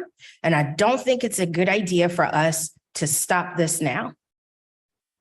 I am not trying to silence anyone. This meeting was noticed for 5:30 to 7. When we shifted to have the sheriff's presentation, which I am equally glad that we did. I was told it was 20 to 25 minutes, which would not have run into public comment time. I'm trying to balance a lot of things with a lot of people. I understand. And we had the option of asking the sheriff's group to stop after 20 to 25 minutes, but like you probably, I felt what they were saying was so important that everyone needed to hear it. Everyone, they needed to see those visuals. They needed to try to imagine what that odor was that Sheriff Marte has been talking about. Don't you think that it would be a good idea to listen to public? Don't you think that it would be the greater body of this committee, all three of you, all of us that are here, all of y'all that probably want to go home just as well as everybody else wants to go home, to stop going back and forth and just allow like 20 minutes of 3 minutes per person to come in here, as it was previously discussed on the agenda, the final agenda that we had. I think it is our obligation and as our duty. And it is silencing us or them. And somewhat us too, if we just decide to just shut our doors, turn off our computers, leave the Zoom chats, and just go home. I can sit around and talk to people, but I don't think that they just want to talk to just myself or Sheriff Marte, or maybe just you alone. I think that it is our duty for all of us to sit here, just like we heard that presentation, just as a Black woman, as I sat here and saw that the swastikas and the N-word, I think it is time for us to sit in our uncomfortableness and start listening to people. Because if we don't, things will have to change. I'm happy to stay. And I think that people have been listened to as well at other meetings. I don't Not think trying we're to- being listened to right now. I feel the same way. Well, that makes two of us. This was posted for 7. I wonder if Mr. And- Atkinson could weigh in on whether if the meeting is noticed to start at a particular time and end at a particular time, if it goes over, if that's a problem, and if so, I would guess the city council has some reading to do.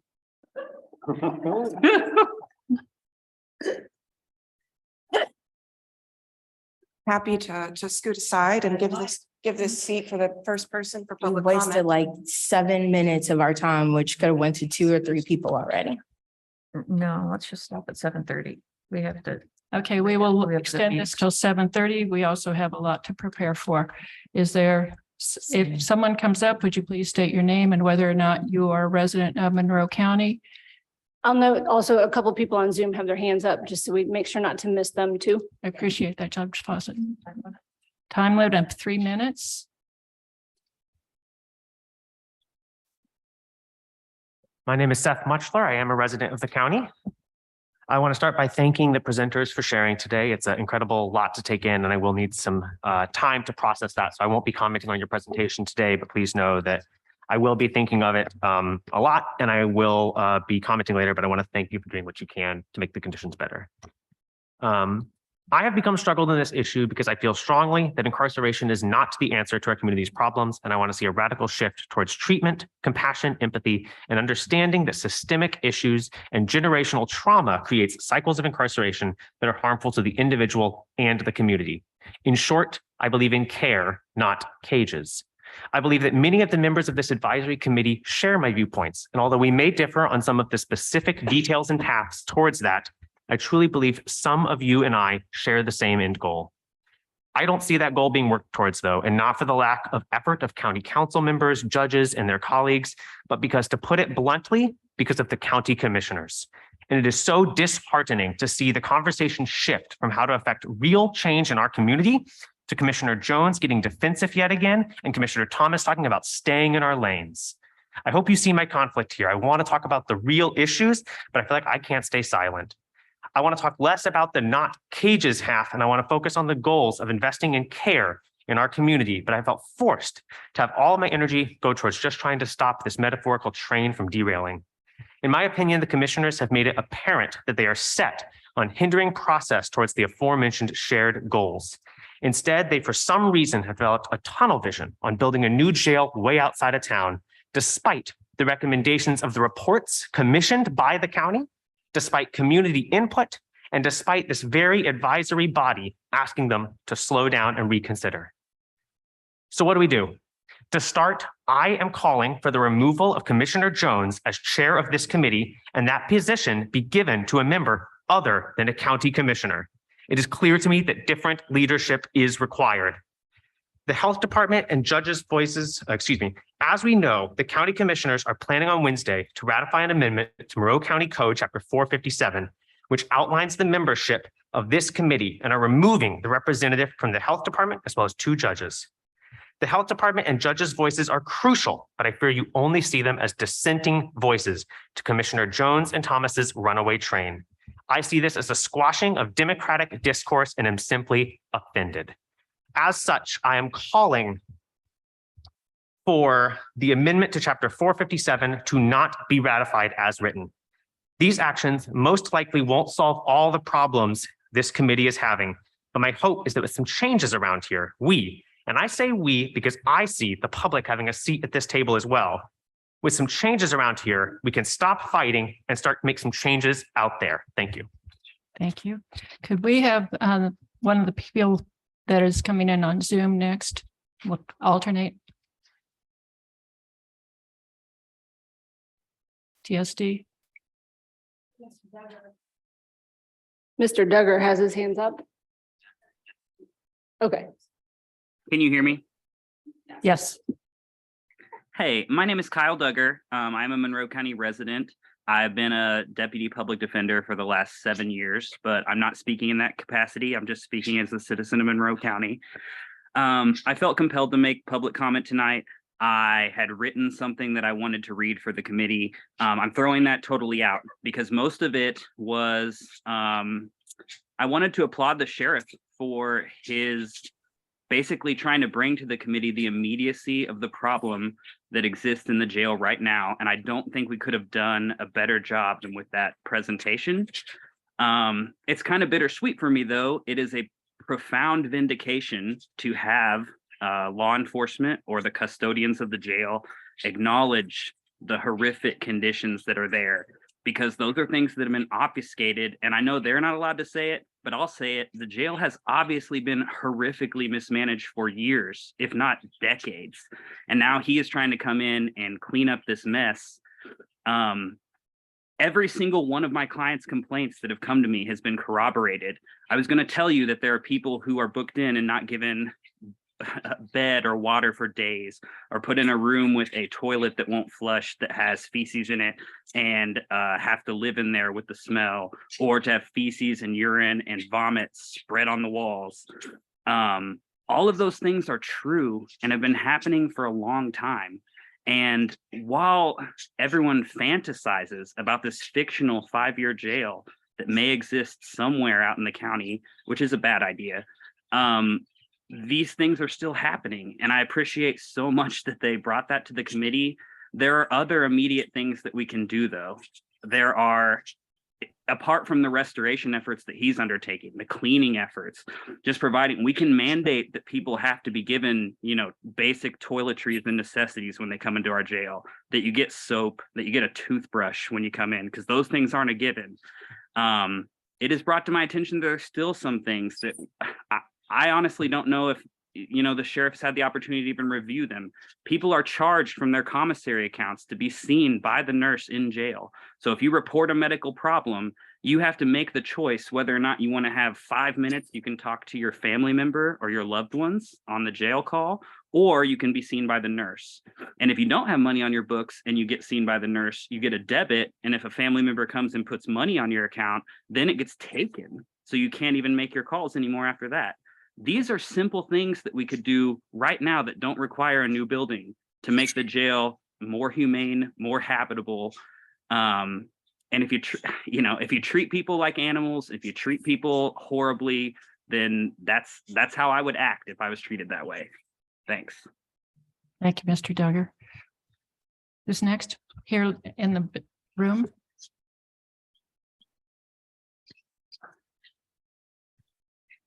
Good evening, Kaisa Goodman, Public Engagement Director for the City of Bloomington and resident of Monroe County. On behalf of the city and our 85,000 constituents, we reiterate our desire to help advance the cause of justice reform quickly and aggressively, and to urge the deployment of the county's resources to address the mental health and substance use disorder crisis we see in our community every day. I ask the commissioners to reconsider changing the membership of the CJRC. The ordinance itself says that additional scope and membership is needed to ensure a comprehensive approach to addressing the needs found in justice reports. While the CJRC composition is legally within the commissioner's purview, I have heard many members of this advisory committee request additional information and perspectives so that they may best fulfill the obligation of advising our community on justice reform. To disregard the advice of this advisory committee while expecting real progress is counterintuitive to me. I believe that it's critical, for example, to keep the health department at the table and to add other voices that are missing. I was also disappointed today that the update on the existing jail was removed from the agenda with very little notice, and I'm glad that Sheriff Marte and his team were able to present today. I think we were all moved by the presentation and horrified by what we saw. It was hard to watch, but I think it's critical that we be fully informed on the current status of the jail, both the conditions and the building, so this committee can make the most informed decisions.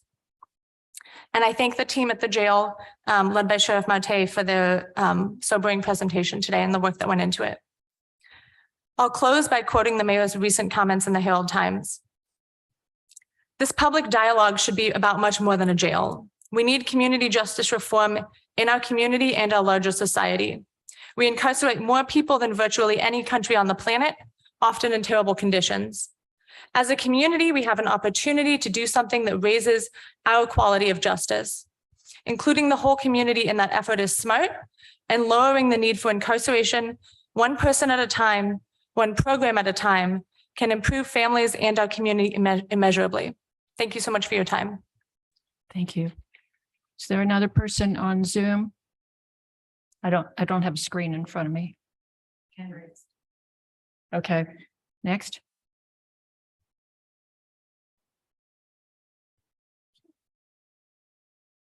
Hello, my name is Dominic Thompson. I am a resident of Monroe County. I wanted to start my comments by thanking most of the members of this committee for your commitment to transparency and to inclusivity, especially Councilmember Crosley and Ms. Wilson, who's sitting behind me. Unfortunately, I cannot say that about the county commissioners who have made it very blatant that they do not want transparency nor inclusivity.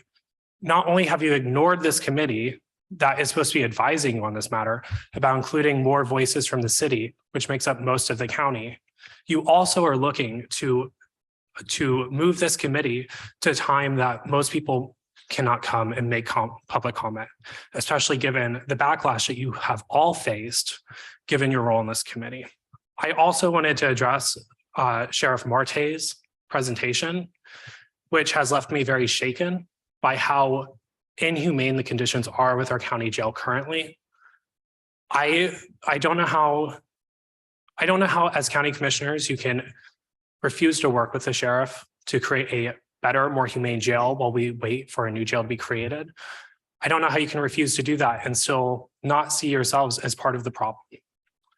I just wanted to finish up by once again thanking the members of the committee that have really focused on allowing transparency in this process and being inclusive. And I just wanted to thank particularly Member Crosley and Sheriff Marte for standing up today. Thank you. Thank you.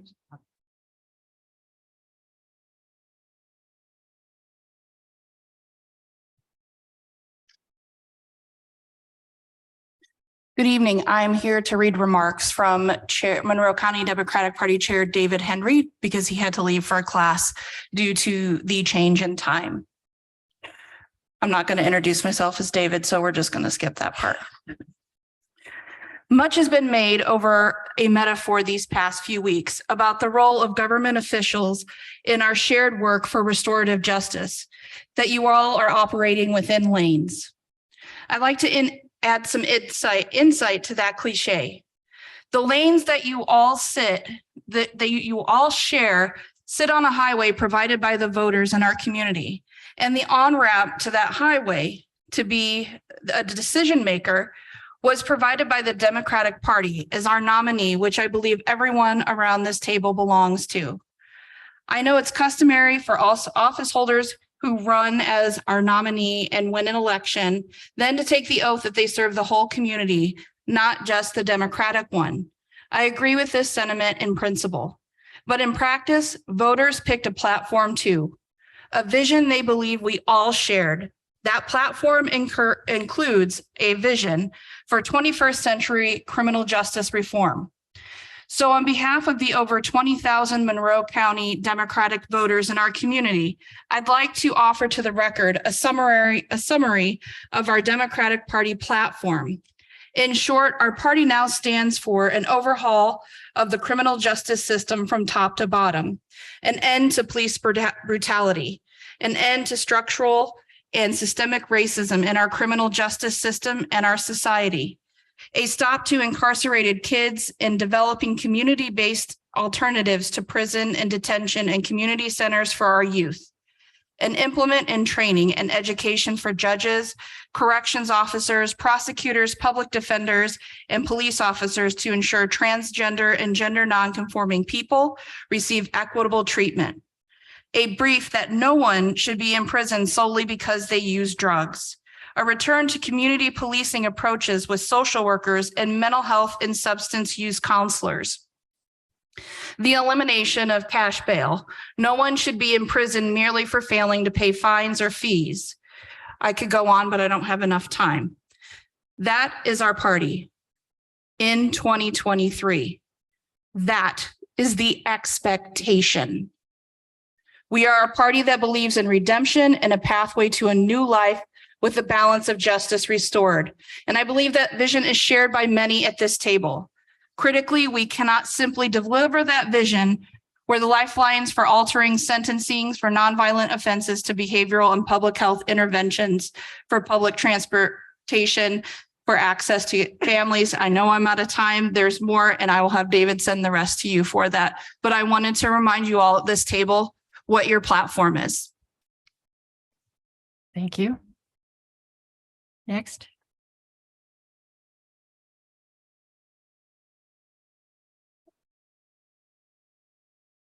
Good evening. I'm Pamela Davidson and I live in the county. I agree with so much that I've heard here tonight. The condition of the jail is horrific. Dickens would recognize that. I'm so glad you're attacking it. Cleanliness, we owe that population so much more. I agree we are jailing far, far too many people for stupid things that taxpayers do not want to pay for and only creates animosity and anger among people of peaceable nature who would never pose any danger to the public safety. As to the location of the jail, today on 1A, one of the programs, they talked about Rikers. If you listened, one of the guys who called in or sent a text message, he had worked in incarceration for 30 years. He said, we are jailing far too many people. Our problems are poverty, homelessness, mental illness, substance abuse, all those things. We are making terrible choices, and this was a professional. Now, as to the location, It must be in the city. We should stop thinking of development as only housing for commercial property. In this program on Rikers, it came up constantly, transportation all day long. It takes, the families were so disadvantaged. It came up relentlessly. We should say development that saves our taxpayers dollars over the long term in services because of convenience and the support of community. Because what changes that population is the support of their family and friends. To isolate them, to keep people locked up for 23 hours a day. I am shaking in my boots just hearing that and seeing that jug of water. I'm going to dream about that tonight, no doubt about it. So we can make great choices. We should really think of development in terms of our citizenry and how they are best served. When I drive around town and see so many areas that would be perfect, they're on the bus route. They have access to services. Attorneys can get there quickly. Lots and lots of reasons. So I hope this committee puts somebody from the city on its composition. It's ridiculous not to have somebody from the city because that's the greatest source of the population and of the interest and the traffic. So let's think internally. Let's think collaboratively. We have a process. Let's clean that jail because Mr. Duggar is right. 3 to 5 years is a heck of a lot of time to let people suffer in those conditions. Thank you so much. Thank you. We have time for one more. I'm very fast. My name's Carol Wilson. I just wanted to say thank you to Sheriff Marte. Presentation was eye-opening, and I had actually heard some horror stories before, but it was different seeing them. My question for all of you is, when is the next meeting of this committee? We will have to publish that. I'm sorry, I don't have an answer. Okay. And I would also like to apologize to a number of people tonight, but go ahead. Ms. Wilson. Okay, well, I just want to say, communication's a little difficult, okay? Because I went looking for any information about this meeting and it was not there. Okay, now I understand it did turn up this afternoon, but you know, I plan a little farther out. So just a word. Okay. Sure. And I do apologize to everyone. I am part of the problem with this evening's meeting and the timing, but also I've jumped into this without the background that the rest of you have. I have not been part of this committee before, and so I'm not up to date on some of the things that have gone on. But I am here because I believe in Intercept Zero and trying to keep people from entering the judicial system. I am here because I believe in restorative justice. And I think that if the city really is interested in working with us on a location, perhaps they'll give us the Hopewell property that we have that's in the middle of the town. So we've got 2 minutes.